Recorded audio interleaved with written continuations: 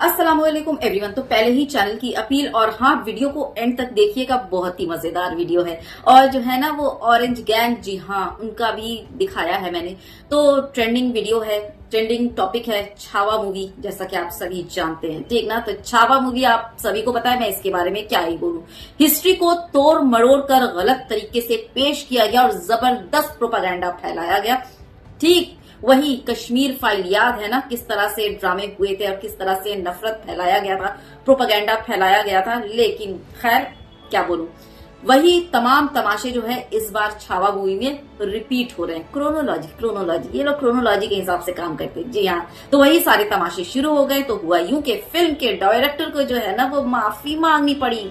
वीर सावरकर जानते हैं ना, तो बस वही सेम फिल्म के डायरेक्टर को माफी मांगनी पड़ी, क्योंकि हिस्ट्री को गलत तरीके से पेश किया गया है, हिस्ट्री को गलत तरीके से पूरा दिखाया गया है। तो रिपोर्ट के मुताबिक आपको बता रही हूँ कि इस फिल्म के डायरेक्टर लक्ष्मण उतेरकर पर पूरे के पूरे जो है वो 100 करोड़ का जुर्माना लगा है, केस दर्ज हुए हैं, जी हाँ। और माफी भी मांगी है, क्योंकि इन्होंने हिस्ट्री के साथ छेड़खानी की और गलत तरीके से हिस्ट्री को पेश किया, यानी तोड़ मरोड़ कर, ठीक, जी हाँ। और इस झूठी कहानी पे जब मूवी शुरू होती है तो डिस्क्लेमर दे दिया जाता है कि सच्ची घटनाएं नहीं है, ये जस्ट काल्पनिक इस पे जो है वो आधारित है ये मूवी। लेकिन क्या बोला जाए, ऑरेंज नमूनों को, नारंगी नमूनों को। अब आप जानना चाहेंगे कि आखिर इन पर जो है वो क्यों केस दर्ज हुए और इन पर जुर्माना क्यों लगा। तो आपको बता दूं, ये छावा मूवी जो है वो छत्रपति संभाजी महाराज की जिंदगी पर आधारित है, जिन्होंने अपने पिता छत्रपति शिवाजी के मरने के बाद मराठा साम्राज्य संभाला था, यानी उसकी बागडोर संभाली थी। और उस दौर में उनके साथ जो है साजिशों का भी एक लंबा वो चला है, ऐसी नहीं है, हर राजा महाराजा बादशाह जितने भी गुजरे साजिशों का दौर उनके साथ चला है, जो कि हिस्ट्री में मिलती भी है। फिल्म में गनौजी और कान्होजी नाम के 2 किरदार हैं और ये दिखाया गया है कि संभाजी महाराज को धोखा देकर उन दोनों ने औरंगजेब के साथ हाथ मिला लिया। अब मराठा योद्धा गनौजी शिर्के और कान्होजी शिर्के के जो वंशज हैं, इस फिल्म पर उन लोगों ने जो है विरोध किया है और ये कहा है कि इतिहास को गलत तरीके से दिखाने का जो है वो इल्जाम भी लगा दिया कि गलत तरीके से दिखाया गया है, जो कि सच है। तभी तो डायरेक्टर ने जो है वो माफी मांगी, ऐसे ही तो नहीं ना। तो चलिए अब जरा इस फिल्म के और भी 2-4 पहलुओं पर नजर डालते हैं। तो ये मूवी जो है 400 करोड़ से ज्यादा का बिजनेस कर चुकी है और ऐसा है कि मेरे हिसाब से विकी कौशल की ये पूरी फिल्म करियर में उसकी जो है ये सबसे ऊंचा वाला लेवल था, 400 करोड़ का बिजनेस।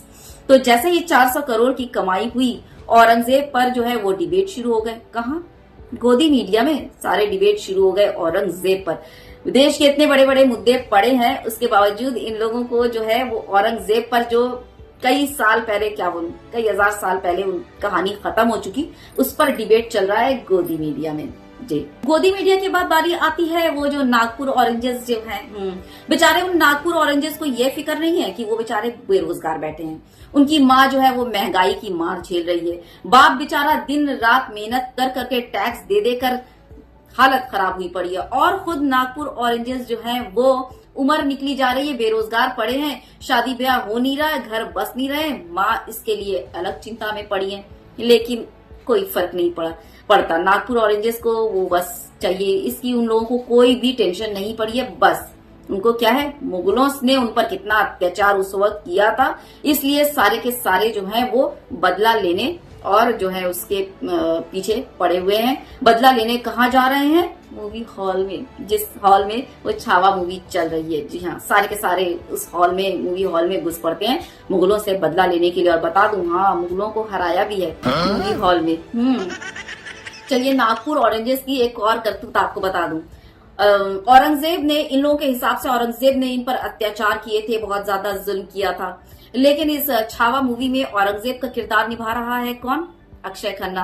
तो बस ये सारे ऑरेंज नारंगी नमूने और गैंग है ना, हाँ, वो अक्षय खन्ना का पिक लगाकर उसको गालियां दे रहे हैं, चप्पल जूते मार रहे हैं। अब इनको कौन बताए कि ये जो है ये औरंगजेब नहीं है, ये इसने सिर्फ औरंगजेब का किरदार निभाया था, यानी मूवी में एक्टिंग की थी। और जिस मूवी का डिस्क्लेमर ये है कि ये सत्य घटना पर आधारित नहीं है, ये सारी घटनाएं काल्पनिक हैं। और फिर बाद में झूठी फिल्म दिखाने और लोगों की भावनाओं के साथ, इमोशन के साथ खेलने के बाद जो है वो डायरेक्टर पर 100 करोड़ का जुर्माना लगता है और बाकायदा आकर माफी मांगता है कि हाँ, मैंने हिस्ट्री के साथ छेड़खानी की, यानी गलत तरीके से दिखाया।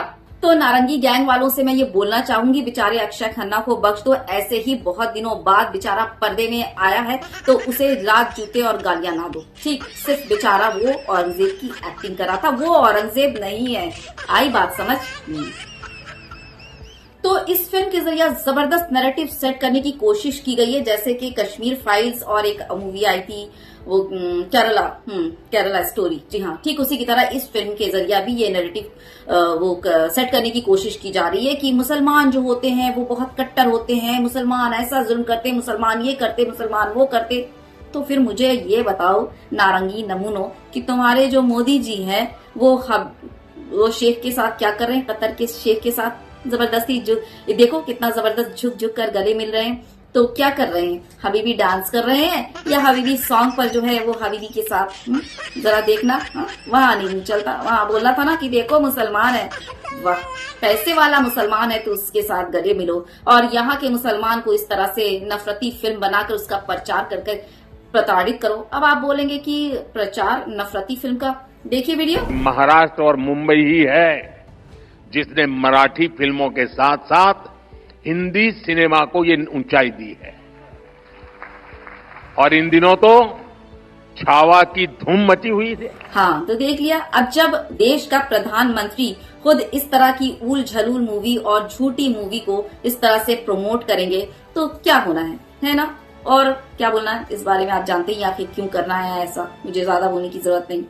हाँ, यहाँ पर एक बात वाजे कर दूं, यानी कि क्लियर कर दूं कि मराठा कल्चर की दिल से इज्जत है और करती हूँ, लेकिन यहाँ जो मूवी हॉल में तमाशे चले, ओह क्या बताऊं। ये देख लो आंटी को जरा, इस दीदी को कोई दवा दे दो, या फिर इनको एंजाइटी का प्रॉब्लम है या फिर ये जबरदस्त डिप्रेशन में है। जी हाँ, दीदी कैसे फूट फूट कर रो रही है, देखिए वीडियो।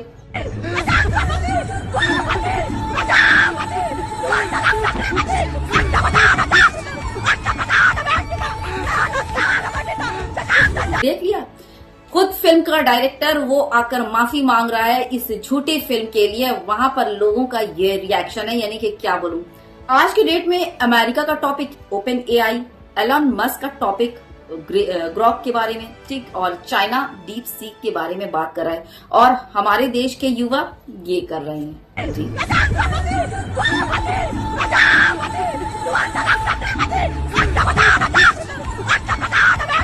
ये जो दीदी हॉल में खड़े होकर थाड़े मार मार कर रो रही हैं, तो आपको बता दूं ये सिर्फ एक प्रमोशन स्टंट है फिल्म का। जी हाँ, और ये प्रूव भी कर दूंगी बाद में। लेकिन इस भीड़ में, इस रेस में जो है वो सिर्फ हमारे देश के युवा हैं ऐसा नहीं है, हमारे देश के बच्चे भी इस रेस में शामिल है। और बाकायदा ये पैसे देकर पेड हैं ये लोग, ये पैसे देकर हर जगह हर मूवी हॉल में ये करवाए जा रहे हैं। जी हाँ, आपने देखा सारे के सारे जो हैं वो एक ही चीज को बोल रहे हैं और एक ही इमोशन सामने आ रहा है, एक ही बोलने का तरीका और वही रोना धोना, वही सेम एक्टिंग है ना। देख लीजिए ये बच्चा, ये जो है रो रो कर अपनी लाइन बोल रहा है। कोई इसके माँ बाप, इसके पेरेंट्स ही होंगे जो इसकी वीडियो शूट कर रहे हैं, और दूसरा बच्चा शायद उसका भाई हो सकता है, उसके बगल में खड़ा है और वो कितने इत्मीनान से, जैसे बच्चों की हरकत होती है यहाँ वहां इधर उधर देखना, पूरे अपने फुल इसमें है। ठीक, उसे कोई फर्क नहीं पड़ रहा कि उसका वहां पे जो भाई है या वो एक लड़का वहां पर क्या कर रहा है। तो ये कब होता है इस तरह का, अगर अचानक से वो उस चीज को देखता तो उसमें रिएक्शन होता कि अरे ये लड़का बच्चा रो रहा है, लेकिन ऐसा नहीं, वो आराम से खेल रहा है। ऐसा कब होता है, जब वो ऑलरेडी इस तरह के सीन जो है वो अपने घर में देख चुका होता है, क्योंकि ऑलरेडी इस बच्चे को रिहर्सल करवा कर यहाँ पेश किया गया है। क्योंकि दूसरा वाला बच्चा जो बिल्कुल मगर नजर आ रहा है अपने इसमें, जैसे बच्चे हरकत करते हैं, तो वो ऑलरेडी ये सीन जो है वो अपने घर में देख चुका था, इसलिए उसके लिए कोई बात नहीं, वो अपना खेल कूद रहा है, अपना यहाँ वहां इधर उधर कर रहा है ना। और दूसरा बच्चा जो आप देख रहे हैं रो रो कर, वो अपना परफॉर्मेंस दे रहा है और बाकायदा उसके जो पेरेंट्स है वो शूट कर रहे हैं। और दीदी भी जिस वक्त हॉल में खड़े होकर करके चिल्ला चिल्ला कर अपना परफॉर्मेंस दे रही थी ना, गला फाड़ फाड़ कर। उस वक्त भी हॉल में जितने लोग जो देखने आए थे मूवी को, वो आराम से नॉर्मली तमाशा ऐसे देखते हैं और उसके बाद अपने रास्ते निकल जाते हैं कि देखो क्या तमाशा चल रहा है। लोगों को कोई फर्क नहीं पड़ता, वो नॉर्मली अपने लोग जो है वो चले जा रहे हैं। देखिए तीसरी वीडियो हमारे यूथ को। जी हाँ, ये हमारा सेम एक्शन, सेम वो इमोशन और वही सेम डायलॉग, कोई फर्क नहीं। आप इन तीनों यानी कि वो बच्चा और ये आंटी जी और ये जो हमारा ये इन तीनों के परफॉर्मेंस में बेस्ट परफॉर्मेंस का अवार्ड आप किसे देंगे कमेंट बॉक्स में जरूर बताइएगा। वैसे मेरे हिसाब से तो उस आंटी ने जो है वो जबरदस्त एक्टिंग किया, रोते हुए चिल्लाते हुए वो जबरदस्त एक्टिंग था। मेरे हिसाब से अपना हिसाब जरूर कमेंट बॉक्स में बताइएगा। तो आंटी जी का वो उतना ओवर एक्टिंग वाला जो ड्रामा था ना, वो उतना करना नहीं था, जरूरत ही नहीं थी एक्चुअली इस फिल्म को पेड प्रमोशन की, क्योंकि खुद मोदी जी ऑलरेडी प्रमोशन कर चुके थे और दूसरी बात इस फिल्म ने ऑलरेडी 400 करोड़ कमा लिया था, है ना। जरूरत ही नहीं थी इस फिल्म का, ये जो वो भी झूठी फिल्म जिसका डायरेक्टर आकर माफी मांगता है कि हाँ मैंने हिस्ट्री के साथ छेड़छाड़ की। तो इस फिल्म का मकसद आपको समझ आ ही गया होगा कि इस फिल्म का मकसद सिर्फ और सिर्फ जहर फैलाना, नफरत घोलना, डिवाइड एंड रूल वाली पॉलिसी, यानी कि खास समुदाय के खिलाफ जहर घोलना, इससे ज्यादा और कुछ भी नहीं। जैसे पिछले कई मूवी में हो चुकी है, आप लोगों ने देखा है किस तरह से वो रोने धोने वाला ड्रामा और वो हेट स्पीचेस और किस तरह से हॉल में खड़े होकर नारेबाजी, ये सब आप देख चुके। तो वही सेम क्रोनोलॉजी चल रही है और अभी मामला दबाना है किसको, कुंभ की नाकामी को, दिल्ली रेल हादसे को, ये सारे को दबाना है। तो वो कैसे दबेगा, जब तक आपका ध्यान दूसरी तरफ जो है मुलविस नहीं होता, यानी दूसरी तरफ आपका ध्यान नहीं मुड़ता, तब तक ये नहीं होगा। और ध्यान मुड़ने का सबसे बेस्ट वजह आपको यहाँ मिल गया है छावा मूवी के रूप में, है ना। अब जैसा कि मैंने आपको कहा था ना कि ये सारे जो तीनों स्टंट ये सब पेड प्रमोशन है, पेड इनको किया गया है, ऐसा करवाया गया है। तो देख लीजिए, सबूत है आपके सामने स्क्रीन पर। जी हाँ, इनको बाकायदा जो है इनकी वीडियोस, इनकी पीक दूध चढ़ाते हुए और इस तरह रोते धोते हुए रिकी कौशल के इंस्टाग्राम अकाउंट के स्टोरीज पर शेयर किए गए हैं। समझ गए ना। जी हाँ, और साथ में ये भी बता दूं कि उस इंस्टाग्राम स्टोरीज पर मिलियंस में लाइक, शेयर्स और फॉलोज। जी हाँ, मिलियंस में। तो ये बात साफ प्रूव करती है कि ये जो है एक पेड प्रमोशन था, इसके अलावा और कुछ भी नहीं। दूसरी तरफ जो है वो बीजेपी आईटी सेल वाले भी जबरदस्त एड़ी चोटी का जोर लगाते हैं, लगा देते हैं, लगाए हुए हैं। और फिर मोदी जी का पीछे रहने वाले आईटी सेल वाले इस तरह की वीडियोस को जबरदस्त तरीके से प्रमोट कर रहे हैं और हर जगह इनकी, कोई तो कह रहा है हिंदू शेरनी। आप मुझे कोई बता दे कि कौन सा इस आंटी जी ने हिंदू शेरनी वाला काम कर दिया है। शेरनी दहाड़ती है, इस तरह से रोती है, बताइए जरा, हिंदू शेरनी ना कुछ भी। तो बस यही खत्म करती हूँ। वीडियो को ज्यादा से ज्यादा शेयर कर दीजिएगा, चैनल सब्सक्राइब करना बिल्कुल मत भूलिएगा, अपने ख्यालात का इजहार कीजिएगा क्योंकि ये वीडियो की रीच के लिए जरूरी होता। बहुत ज्यादा अपना ख्याल रखिए और ऐसे मूवी जरूर एंजॉय कीजिए, लेकिन मूवी का डिस्क्लेमर जरूर पढ़िएगा कि सच्ची घटनाओं पर आधारित नहीं है, बल्कि सारी घटनाएं काल्पनिक हैं। इस चीज को ध्यान में रखते हुए मूवी जरूर देखिए और उसका लुत्फ उठाइए, एंजॉय कीजिए, है ना। मूवी होती ही है इसीलिए, ना कि उसको क्या बोलूं। बस खत्म कर रही हूँ। अल्लाह हाफिज।